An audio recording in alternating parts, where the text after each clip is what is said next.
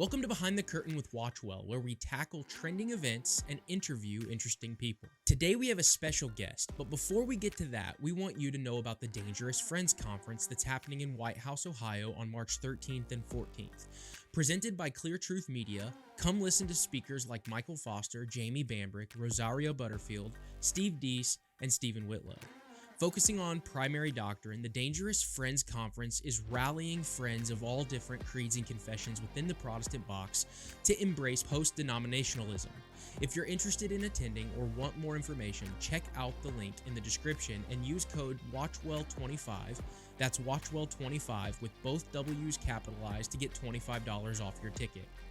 Today we have Marcus Pitman coming on to talk about Lore TV, the entertainment industry, and dropping the latest news that you're not going to want to miss. Ladies and gentlemen, welcome Marcus Pitman. Marcus Pitman, thanks for coming on our show. Can you start off by telling everybody who you are and where they can find you? Yeah, my name is Marcus Pitman. I'm the CEO of Lore TV, and you can find me, I guess, on X at I'm King Ginger. My account is back. I was banned for 3 years, but the guys at the Babylon Bee helped me out. So. Oh, did they really? Yeah, That's so funny. They know a guy. They know a guy. Yeah. They know a guy. That's funny. 3 years. That's a long time in jail, man. It was. Was that 2020? It was actually after. I believe it was after January 6th. Oh, okay. So I think they really locked down after January 6th, and yeah, so it was about 3 years. 3 years, 21 to 24. Was it something specifically that you business without an X account? That's impossible. Yeah. Was it something specific you said, or was it just the the ethereal policy standards? I actually said that Lore is gonna. What did I say? I said we're gonna chop off the heads of the giants in Hollywood. So it was just like completely. It was complete David and Goliath reference. But it was, I guess, because what I think happened was they geolocated anybody that was at the Capitol on January 6th. And so they basically just went through the timeline, and anything that was violent, they just used as an excuse to ban their account. Gotcha. Because I was in the vicinity on that great day, the account got banned, as well as the president. So I mean, they were equal opportunity about it. But it was a long 3 years. So yeah, for sure. Okay, so tell me a little bit about Lore. People can find you on X, at I'm King Ginger, right? And then it's right here on you've got it as you signed in down in the bottom here, your lower third, and then lore.tv, right? Yeah. Lore.tv. Well, yeah, you want to know about it? Yeah. So, several years ago, I was, a lot of you guys know me. I was working with Apologia Studios. We built that studio up, and then kind of by accident, was going to get a part-time job on the weekends, and I found this video editor job in Phoenix, and I was going to convince them to let me work part-time and do it from home, because it was an easy video editing job. And they called me in for an interview, and I go into the interview and I tell them, yeah, this is what I want to do, and they were just like, yeah, we know you could do this job pretty quickly, but we actually want to create a new job for you. It turned out that company was the agency that did all the advertising for PureFlix. Oh, wow. So I was basically... That worked out. Yeah, I became head of video advertising for PureFlix. I was really excited. I was like, I'm going to change Christian media. Finally, we're going to have better stuff. And then I just found out that they just had this business model that was really focused on targeting 65-year-old women and above. Yeah, that's right. younger, but for the most part, a majority of their audience was the Fox News older female side. And so I just realized that was the business model for most all of Christian media. And it makes sense, because if you look back, let's say 20 years ago, maybe 30 years ago at most. You had just this explosion of Lifeway Christian bookstores, and all of Christian media was targeted to the 35-year-old housewife who shopped at Lifeway Christian bookstores, and that was 30 years ago. So now they're in their 60s, and the Lifeway Christian bookstores don't exist now, so there's no way to get new eyeballs to that brand. And so they, PureFlix sold to Sony, and Sony got it and sold it almost immediately again to I think Great American Family has it now. But yeah, it's just the same. All of Christian media, whether it's movies or music or books, was geared towards women. And I was like, that sounds like a problem that needs to be solved. But it's not going to come from within Christian media. The guys who are making the money aren't just going to wake up one day and go, maybe we should focus after college students, like every other major entertainment brand in history. If they haven't done it yet, aren't going to do it now. And so that was really kind of how Lore got started. Was if we knew the money wasn't going to come from inside the Christian entertainment industry, then we needed to get the money another way. So we decided, well, what if the subscribers just spent their monthly subscription and funded indie artists, and think of filmmaking much more in a platform model than a publisher model. So that's where Lore came about, where the monthly subscriber can buy loot and fund movies and TV shows. And once a movie or TV show is funded, everybody gets to watch it on the platform, whether they funded it or not. It's a really cool model, and I'm really excited about it. Yeah, man, a lot of new things coming up. So yeah, and you talked about a couple of really good ideas. I was actually in a X space that you hosted, and you were talking about Barely Biblical, and that seemed like a great idea, and the story behind that. That's our most popular show. Yeah, and just the idea of Old Testament violence. Yeah. And I want to stress the importance of the show, because a lot of Reform guys or evangelical theology nerd guys hear it and they immediately turn their nose up to it. But I just want to explain very clearly that if you're gonna rip off the Bible's IP, the best way to do it is through satire and comedy. Because what you're watching is not an accurate representation of Scripture if it's a satire and comedy. Mm-hmm. When you do something, let's say like The Chosen or the Jesus of Nazareth VHS tapes, that was a big one, that was years ago. You're gonna do something like that, then you got to take yourself very seriously, and then you get a lot of stuff. But when it's just teddy bears reenacting these stories, then you don't have to do it. So comedy is a really good way to like point to truth without saying this is truth. The guy who made it is a Nickelodeon Disney animator, worked on those things. And the voices is James Arnold Taylor, who is Disney voice actor, and stuff like that. So really a lot of talent built into it. And he was just like, why is there no Sunday school materials for teenage boys and the violent stories in the Old Testament? Because that's all they care about and want to talk about. Right. And it's the one thing neglected. And he's like, and also if you do it, you got to include the gory details, because the gory details matter once you get to the New Testament, because the gory details are shadows of not needing those gory details anymore. Right. Right. So like the circumcision, all that stuff is really important. And all the blood is stuffing of stuffed bears, and even like circumcision is whether the bears have a nip in their tag or not, if that's important to the story. Like it was for David and Goliath, it was an important reference point.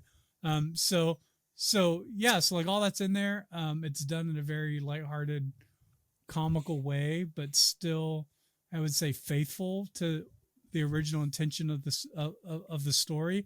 But also I believe all the narration of it is reciting the actual Bible verse, word for word. So when kids watch it over and over and over again, they're getting a memorization. They're getting the actual Scripture, whether the characters or not. Yeah, it's great. It was rejected by every faith-based streamer there was.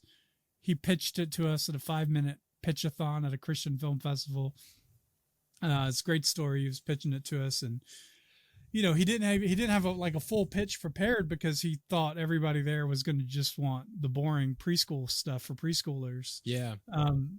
So he was pitching some other preschool show, I think, but And he found out like about what we wanted. And he was like, well, I'll give it a shot. And he drew a decapitated teddy bear on a napkin. And we were just laughing for like 5 minutes. And then the very next pitch after that was like somebody doing this. I think it was like a documentary on someone who had cancer or whatnot. And me and Jason Farley were trying not to laugh during the cancer pitch because we were still thinking about barely biblical. But yeah, it was great. And so we were just like, we got to have this as our premiere launch show, and we've funded 2 episodes. Yeah, $21,000 an episode. A lot of work goes into a 10-minute episode, which is nothing compared to the $100,000 10-minute episodes of like Bluey or something like that. But Yeah. So $21,000 an episode. We funded 2 episodes. We're funding the third. David and Goliath is the first one, and then Ehud and Eglon is the second one. And I don't know I haven't been told what the third one is. Okay. But yeah, we're gonna do a third one, and yeah, it's really great because it's just an opportunity for filmmakers to make something that wouldn't exist if gatekeepers had their say. They would give you a Beth Moore cartoon if they could. Right. So. Right. Could you? I wonder what. Could you imagine a Beth Moore preschool show? I'm sure that's been pitched. I'm sure. But go ahead. So like, you mentioned this person came to you with the pitch, right, and kind of had a shortened pitch and had been rejected. I was just curious, what kind of reaction did you get in the early days as you're trying to market lore? And I guess you would probably still say you're in the early days, right? Yeah, but what kind of, could you describe some of those reactions from like the industry, whether it's Christians or non-Christians, but just like the industry people? Yeah, well, so I separate the industry people by 2 categories. Like, first is like filmmakers, cast, and crew, who I believe are insanely talented and brilliant storytellers. They're very theologically astute in most cases, or they just have a really robust knowledge of story from classic literature and stuff like that. As Christian filmmakers are amazing. So a lot of them are working in Hollywood, and they want to either get out and do their own thing, or in some cases, a lot of the really talented filmmakers are homeschool kids who are 17 maybe, and they've been making movies for like 6 years since the start of the YouTube, they've been making films as long as YouTube's been around. And in many cases, they've only ever had, the younger generation, the end of Gen Z, Gen Alpha, they've only ever had YouTube, right? So they've just been making content for years. And so by the time they're 17 or 18, they're pretty talented filmmakers. They might not have like a $50,000 red camera and lens kit and stuff like that. Right. But in most cases, they have a pretty nice DSLR that can do 4K and pretty decent selection of lenses. And they've been doing stuff for their church or friends or, odd jobs here and there. And, they don't need to go to film school. They don't need to go to University of Southern California or any of those. They don't need to go to any of that. But they're not going to get a gig, a big PureFlix contract or even maybe an Angel Studios contract because they're unknown. And so what we found was that a lot of the reason Christian movies have a bad reputation is because of the industry people, the executives, and the money people who think in terms of finance and dollars only, which is important if you're running a business to think in those terms and to know your numbers and stuff like that. That's really important. But when that's your guiding principle behind what makes something good or not, you can fail really quickly because you can say, well, look, man, we run these ads for these really terrible Pureflix movies, and we get enough subscribers. We get more subscribers than we spend money on. So that's it. And they've created this market. They've created this idea, when we're doing the ads for Pureflix, I was told to cut out guns and any explosions or anything that would make the movie appear more violent, to the audience and stuff. And so there's a lot of, we just heard tons and tons of stories from filmmakers of just edits that they had to make. But here's the craziest one. A lot of people think I'm making this up. I'm not making this up. A guy made a movie and the distributor said, we can't sell this movie to the Christian audience unless it has a dog in it. We need to put a dog on the movie poster. So he went and took the script and he wrote it so there was like a dog in the first 10 minutes that gets hit by a car. And so that way, like, he doesn't have to worry about the dog anymore. And they took the movie at that point because they could put a dog on the movie poster. So they say it's a puppy, a boy, a traumatic event, and there's one other thing. Oh, a horse. So a horse, a puppy, a girl, a little girl, and a traumatic event is what they look for as a 4 checklist for a Christian movie. So yeah, we were just like blown away by how the parody of Christian movies isn't really a parody. Yeah. Like any Babylon Bee headline, in the early days of Babylon Bee, when they did a lot of faith-based parody stuff, they were all accurate. That's right. Yeah. Yeah, they were all accurate then too, and so, we were just kind of blown away by that. So I would say the industry is the biggest challenge, to making, to letting Christian filmmakers, or even more broadly, conservative filmmakers in general, even if they're not Christians, make content. So it seems to me that, so you're marketing towards the creative, right? That's what it sounds like. It's not necessarily the viewer. Would that be an accurate statement? We have two consumers of our product, right, that we're going after, right? I use this as an example, just like Red Balloon or like some job board, right? You have to go after the businesses who need to hire people, and then the people that want to get hired. So you have it's kind of like B2B to C is kind right. of So what's the pipeline? So let's say you have an indie filmmaker or you have someone who's undiscovered or whatever. Yeah. What's that look like for them? How do they get involved with you? How does that work? Or maybe an editor or something like that. Yeah. So we've been spending 4 years. We've developed a database of really talented filmmakers, everything from people who fly drones to do grip and, filming and directing and, DPs and all that sort of stuff. So we have a creator tab on our website. If you go to Laura's website, on the front page and you're not logged in, there's a creator page you can do there. Jason Farley looks at all the pitches. And then, we also we just brought on an EVP of programming, Sean Tomlin, who is, he was a senior executive for Fox Sports. He built Fuel TV. He helped create the X Games. Just really knowledgeable of like the indie sports mail space, those sort of brands that came around deep cable back in the early 2000s, 2010 and below. So really what we're looking for now is really just content that resonates with Gen Z, content for Gen Z, and just like a younger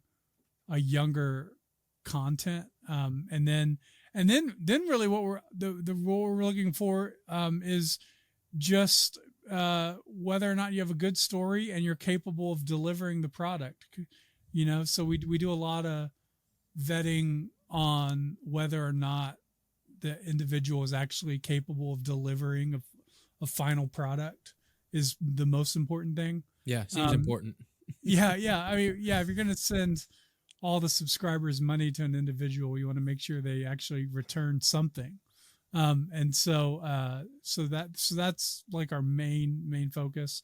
And then, of course, whether or not it's good content, and so, but once a film passes through the process of just that early vetting, and then it gets on the website, and if it gets funded, it streams. Filmmaker has ownership of their IP. They have control of the content, and creative final cut on their projects. And so that's and that seems really important for the creator too, because we saw that, not to drop any names, but there was a really, really big conservative platform that was at war with a more independent platform within the last couple of years, and they were arguing over the best, more corporate way, if you're catching my drift. Are you familiar with that whole thing where the major platform was owning the rights of the YouTube channels and all of that, yeah, as opposed to, you know what I'm saying? Yeah, no, I know what you're talking about. Yes, names have been changed to protect the guilty. Names have been changed to protect you from lawsuits. That's right. But yeah, no, I know exactly what you're talking about. Yeah, that's a thing that it's really weird, the ownership that major platforms want over their creators. It's a very strange. It's very, very strange. And so you get basically predatory contracts. You get you sign your life away. Yeah, your NDAs NDAs and sign your soul away. And we don't have any of that. We don't. We want our filmmakers to have a good experience and tell other filmmakers that they raised the money and they were able to get the content on the platform and they were able to make their project. And so, a lot of it now, really what we're looking for is just really underground indie filmmakers who can do amazing things on low budgets, and just can just hustle, make the film, but also market and promote it and get it out there to people is really important, because I think the filmmakers are the best promoters of their own content. And so when you have the filmmakers who can really understand like how to get people to how to talk about lore and get people there to fund stuff, it tends to do the best. And so so in order to get the filmmaker excited about promoting the product, you just give them ownership of it. And you say, look, if this does well, you have a hit on your hands and you own it. And then if it doesn't, it doesn't. But either way, like, you're in charge of the success of the show. And so, it's just like Kickstarter's model in that sense, right? Like, Kickstarter doesn't advertise your content for you. And although as we grow and scale, we're going to have a massive marketing budget.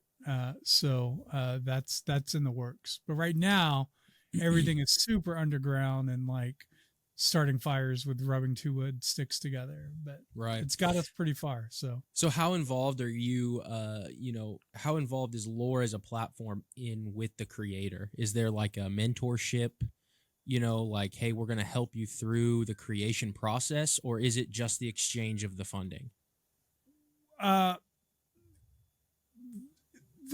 We're not really. I would say we try not to be involved too much. Okay. I would think it would be a problem if we were involved too much.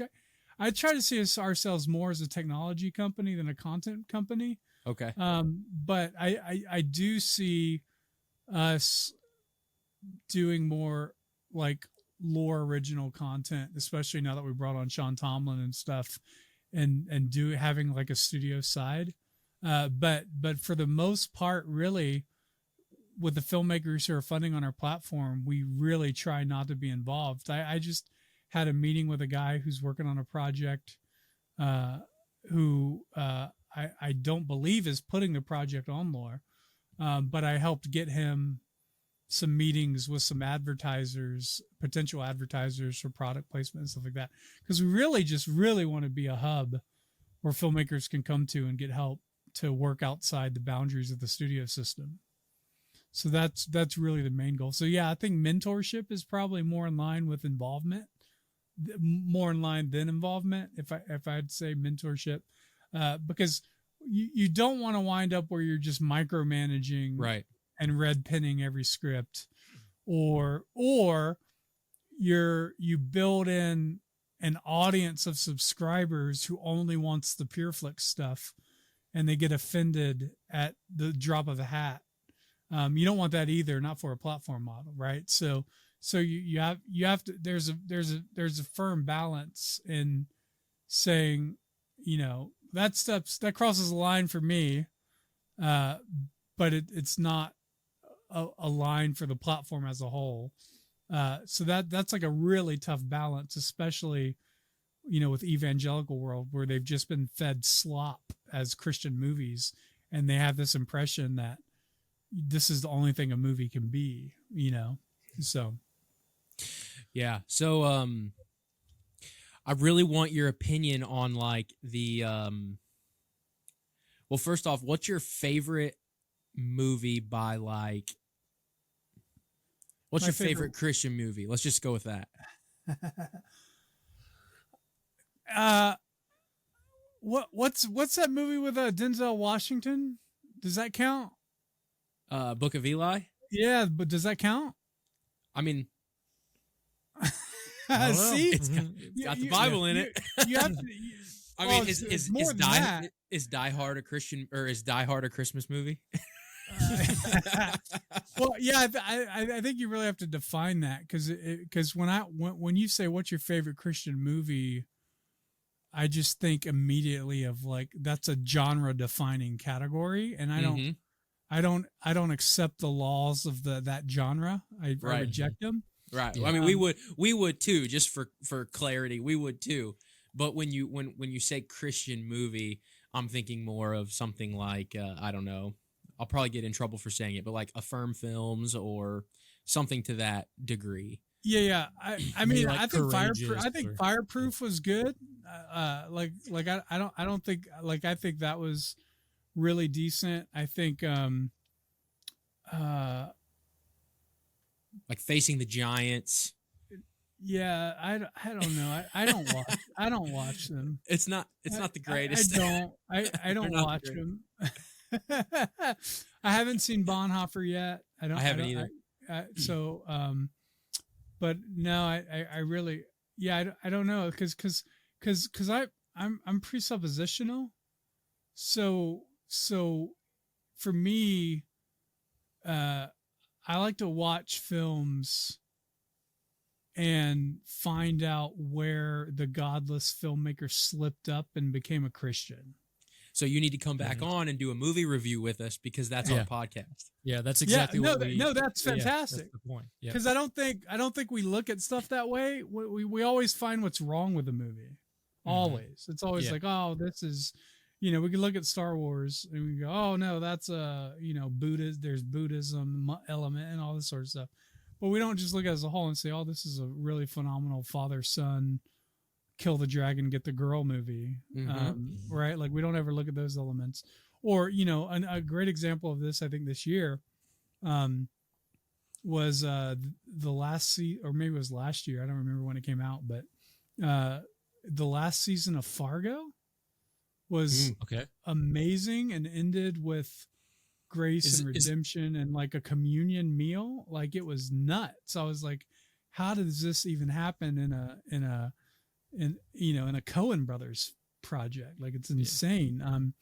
And so and then you look up the filmmaker and you find out, oh, they went to a Christian school when they were a kid. They've abandoned the faith now, but they certainly haven't abandoned everything. Now, if you're telling a story like that that, ends in a communion meal and forgiveness and grace towards the bad guy, it's insane. So what we usually I like to be surprised. Yeah. by Christian themes. That because everyone's an image bearer, and so That's right. everyone's going to, like, if it's a good story, there has to be Christian elements in it, else it's just not a good story. So Well, I like to say every good story is narrative. Christian. Sorry, I didn't mean to cut you off. I was just gonna say I like to say every good story is a Christian story. Yeah, so that's kind of what we say too. So like, in order for narrative to exist, there has to be eternal truths, and those eternal truths can only exist in a Christian worldview. If not, Yes. So essentially, what we do on our podcast is we just observe what Hollywood steals. That's what we say. Right. Is because they're Right. stealing they're stealing what they don't believe in ultimately, right? Right. So we watch a movie, and then when we watch it and we review it, we talk about it, we pull out those eternal truths, and even in their unbelief, they can't help but, create a story that ultimately proves the Bible true. No, that's right. So I think, like, if you look at like every major successful Star Wars franchise, like of the Star Wars universe that they made, you have the original Star Wars, 4, 5, and 6, and then you have the Mandalorian, I think is up there, and they're all father-son themed stories, right? Mm-hmm. And so a lot of the best movies are father-son stories too. Like, I think of Jon Favreau, like all the stuff he does is father-son movies because his mom died, and so him and his dad would watch movies all the time. So every movie he does, whether it's Lion King or Jungle Book or, I think you can even count Iron Man in that. There's some sort of father-son. Yeah. Well, we did an element. episode with Will Spencer on Guardians of the Galaxy Volume 2, and it's an incredible episode. So if you're out there listening, I would really recommend you go listen to that. But it's all about the father hunger, lack of father. Yeah, the new Top Gun was that, right? Yeah, Top that's Gun right. Maverick was that. And you have these elements of masculinity and those sort of things in a movie that just tend to be the movie that everybody goes, wow, this movie was amazing. And they don't ever look at, they go, well, yeah, that's because it was like a very clear Christian theme, Yeah, because Christians just like that. We just, oh, that's too much language. Oh, that was too much violence, whatever. And you go, oh yeah, but Yeah, so that's actually a good... The foundational truths of the story that propelled the story weren't the language or the violence. It was this Christian theme throughout it. So we've become we try to exegete movies. The Pureflix is responsible for that because they put the gospel at the end of it, and it has to be this arc of, someone's in a bad position, and then they hear the gospel, and then everything's great. Everything's perfect. Everything is great. And perfect. So then No we try problems. to, then when people say, well, I want good Christian movies, and it's like, well, you don't know what that is. You already have those. Right. They're just produced by Lionsgate or Disney or some other studio, and they're not made by a Christian, but you already have them. And thankfully, because we believe in total depravity, but we don't believe in utter depravity. So non-Christian filmmakers are capable of making great content, and that's right. That's something we need. That's why we have classical education, because we can look at classical works, like Dante's Inferno, for example, which Jason Farley always has a copy of in his backpack for some reason. And so, like, you look at like Dante's Inferno or like some of these classical works of literature, they're not made by Christians, but we still can get foundational Christian truths from them and learn from them and teach our kids, these stories in classical works and stuff, because the people who made them might be unbelievers, but they're incapable of lying about being human. Yeah. Right? So what do you think it is that got, so you mentioned it, that Christians just seem to want like this really easy, it's kind of, the pure flicks or the very, gospel presentation at the end. What is it that you think, why are we conditioned to want just a sermon? Like, do you think that's something reflective of the church? Do you think that's just culture and where we fit in as a whole? I'm just interested to know, like, what is it that causes us to just want that, oversimplified story that's just easy to watch and then we can be done with it? Yeah, I think, well, part of it is we've kind of been fed a marketing lie about what a Christian movie is. The Christian film industry wasn't made to market to every Christian. It was made to market to pastors to buy tickets in the theater. So all of your movies are evangelistic gospel tracks, because the idea was, well, it's easier to get one pastor to buy 300 tickets than it is to convince 300 Christians to go see a movie. And there's a lot of truth to that.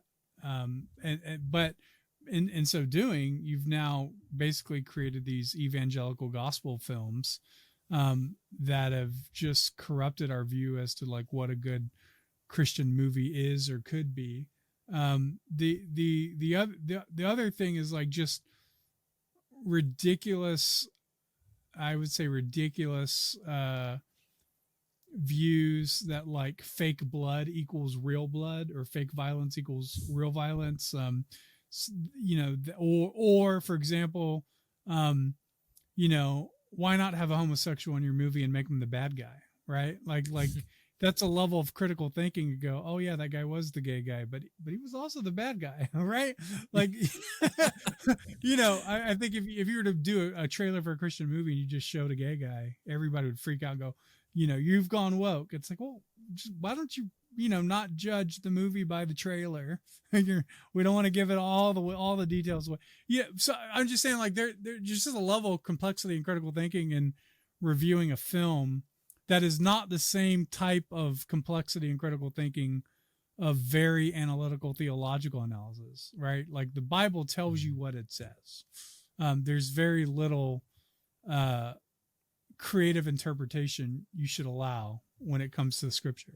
But you can't do that for a movie, I was talking with someone else on a podcast this week too about this. It's like, we're kind of like, there was a tweet and it's, it said, the tweet was blank killed the novel, just like a radio, video killed the radio star, and it said blank killed the novel. And I said, it's TV series killed the novel. Right. So that was my response. And so in so doing that, when you have like one season of a show, you don't know what's going to come in the next 4 seasons. So you can't even judge a whole TV series based off the first season. Because, a great example of that is Breaking Bad, right? Phenomenal. Like you have 5 seasons that show that man's degradation, destruction of his family because of his sin over 5 seasons. The first season doesn't make any sense. Right. And, and so there's, just this patience, I think, that's involved. Yeah. Another one, it's not directly related, but it's sort of the same way. When you were talking about that, how you take patience and you need to let things develop and it shouldn't just be right out in front of your face, was just like The Office. I know it's a comedy, but you watch the first season and it doesn't really make any sense, but you have to get to know the characters and then it's hilarious. Yeah, and you don't even get to know the characters in the first season because they change them in the beginning of season 2 completely. That's right. Right? So that's right. So, yeah, you have to kind of you have to suffer through season 1 to understand the Jim and Pam arc. And for me, it's like season 3 is like,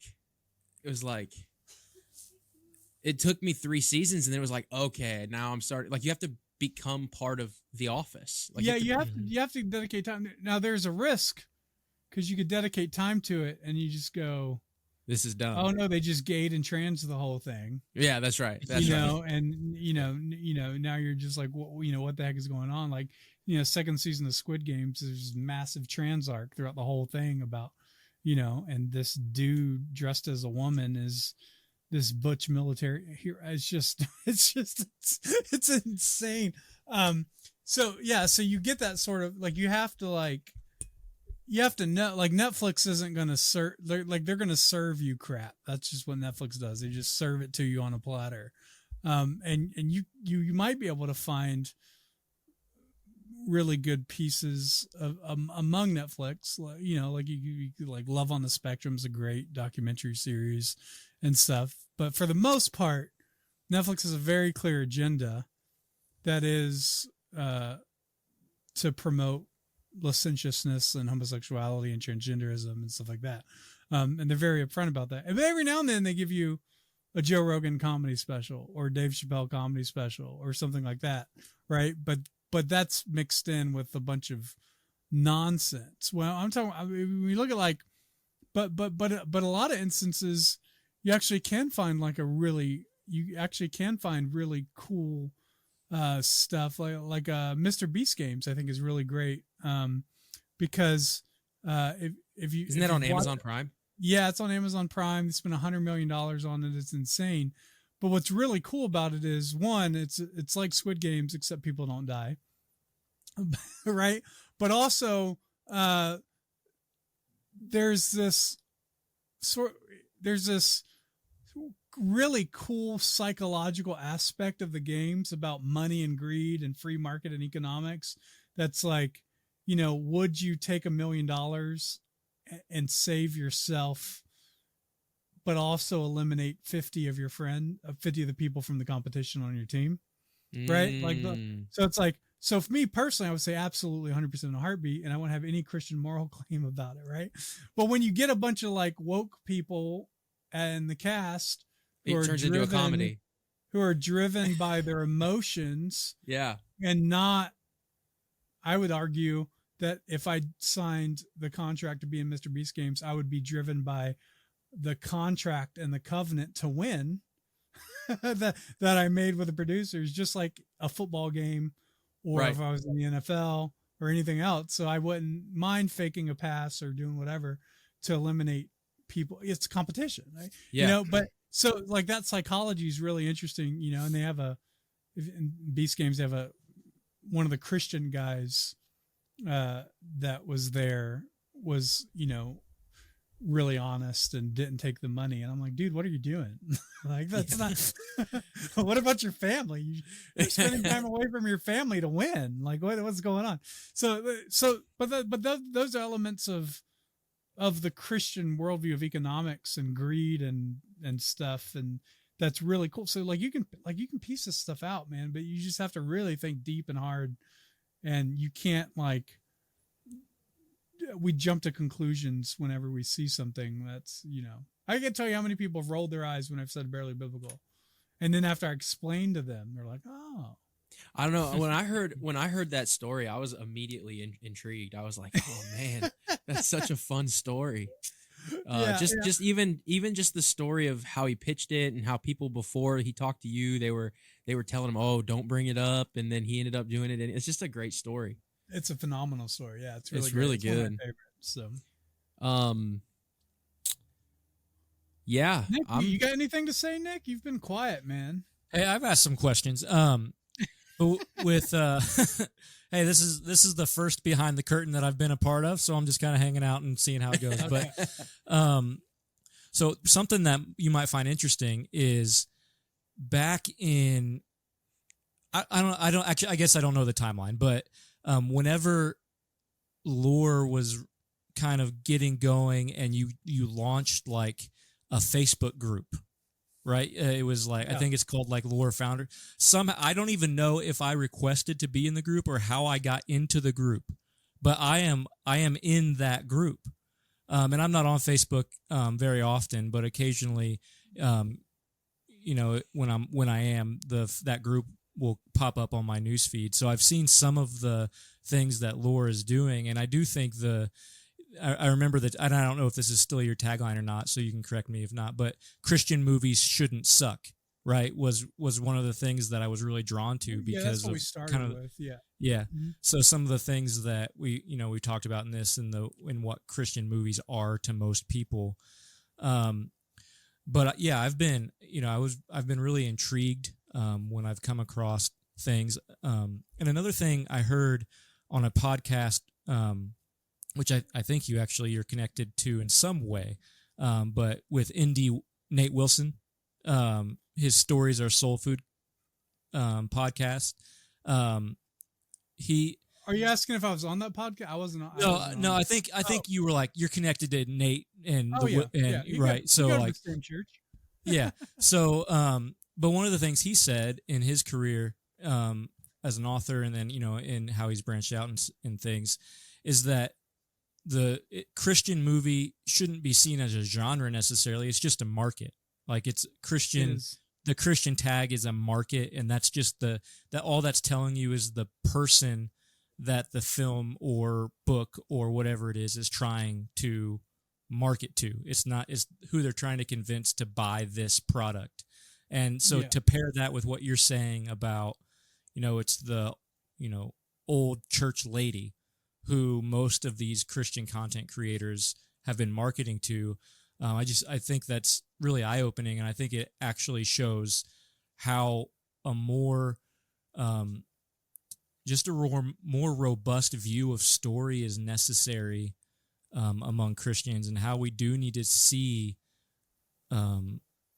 everything, film, books through the lens of our faith, and just create good stories. So that's just kind of rambling on, but I think lore is a really cool idea, and to hear you talk about Barely Biblical and how that came about. Yeah. So I think that's just what I want to say is just, kudos to you on getting that going and whoever else is on the team, because I do think it's needed, and I think it's a really good thing. Yeah. The main thing and the main struggle really has been like convincing the Christian market that you need an indie market. Mm-hmm. That's the real challenge, because we have a lot of kind of gatekeeping in Christianity. Some of that's really good, especially in the church. Like you want to, you don't want just anybody coming up on your pulpit and, speaking and stuff. But there, but also we have to have an underground indie market, to create content, to find new talent.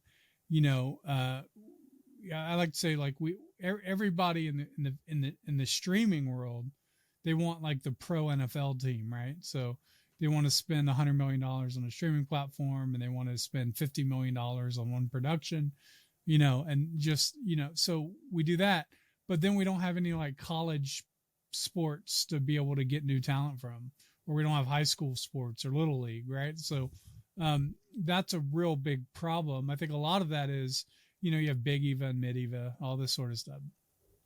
And they determine who's in and who's out, who gets to speak at the conferences and stuff like that.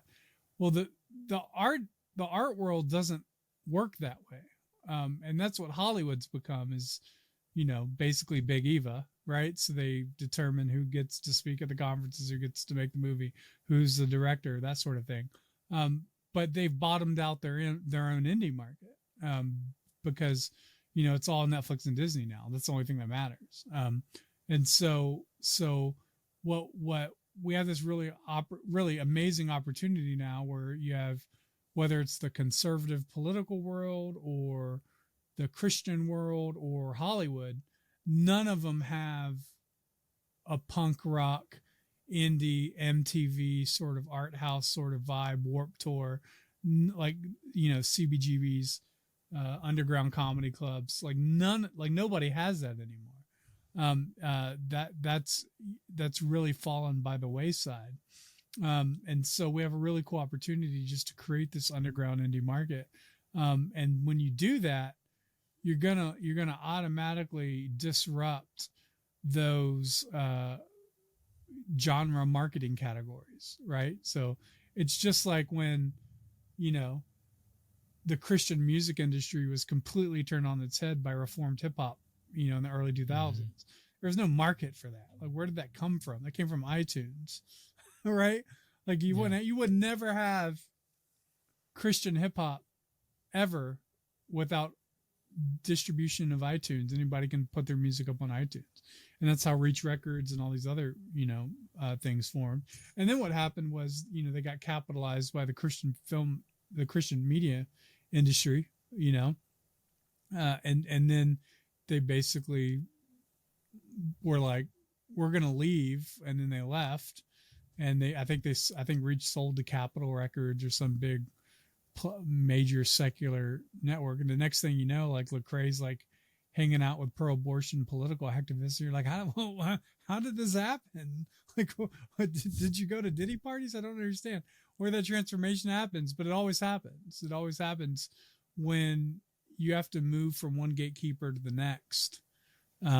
It's bad. When you free the artists, you can basically create new categories, new genres, new marketing tags and whatnot. And so that's why I think lore is really important. Yeah, it sounds great, man. I've seen it. I've been on the website a few times, and I think it's really cool. You said one thing that I wanted to stress at the beginning. I didn't want anybody listening to gloss over it, but if you subscribe or you help fund a show, you get access to all of the shows on the platform, right? If you so there's two plans, or there's two ways to sign up now. So the first one is you subscribe for $14 a month, just like any other streaming service. Okay. And then every week you get part of your subscription back in loot that you can fund content. And then with that $14 a month subscription, you can watch whatever you want. And then the second way is you can just go to Lore. You can create a free account. You can just buy a bunch of gold loot and just put it towards the project you want. And then once that project funds, we'll send you a free 7-day trial to be able to go and watch it. And so that's the way we just opened that up. It's new because it used to be you had to be subscribed to be able to fund content. But now anybody can just go and fund whatever project they want. Just have to create a free account. So if you just go to lore.tv, put in your email, create a password, and it gives you two options as to whether you want a free account or a subscription account. But if you subscribe, you get to watch all the content. That seems to be the best value, $14 a month, and you get to choose where part of that money goes as opposed to paying Netflix. What is Netflix now, like $30 a month or 20 something crazy like that? Yeah, that doesn't even include. And then they get to choose. So yeah.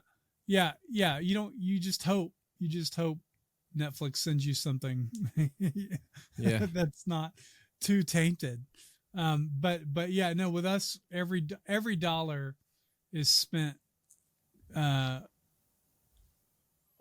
every dollar that's spent on funding content goes towards the content creator. Yeah. That, I posted earlier that one of my favorite things is when a project funds and I get to write a check and send the check to the creator. That's awesome. That's great. Like, cause nobody's doing that. Like, you'd be lucky to get $300 or $400 a year for a Christian distribution company to license your movie out for a year. Because they just buy so much. They just, and then you'd be lucky to make $10 in a month if you put it up on Tubi or some sort of, fast channel, advertising channel. Because you only get like 5 cents for every 1,000 views or something crazy like that. So, so really our way is the best way to pay filmmakers for their content. Like no one else in Christian, I'm telling you right now, no one else making cartoons in the Christian media space is getting $21,000 to make a 10-minute episode. Barely Biblical is the only one that's been able to do that. They're not making, 100 episodes. They're not getting orders like Netflix for 100 episodes at $100,000 an episode. That'd be nice. Not yet, but still though, that's a significant amount of money to make a 10-minute cartoon. I think we're the only ones that pay that well. That's awesome. That's awesome. That's cool. Well, Marcus, I want to be respectful of your time. We're right here at like 55-ish minutes. I want to thank you for coming on the show, and just know that you've got friends over here at Watchwell, and you're in one side of the world, and we're trying to get people to watch actively and not passively. So we're trying to help you in the other side of the world, so that we don't just get this Christian manipulative, let's just go watch a sermon on a video screen. Yeah. So that we can Okay. view better. Well, we that's really important, man. We need that a lot because I think Christians are really good at sharing stuff they don't like. We'll retweet whatever and boycott whatever. We'll complain about whatever, but if there's something mid, like we don't ever share it, right? Like if it's in the mids, we don't ever share it and promote it and go, look at this guy. This guy might be really awesome in 5 years. You should start following. I remember. I think I called 80 Robles.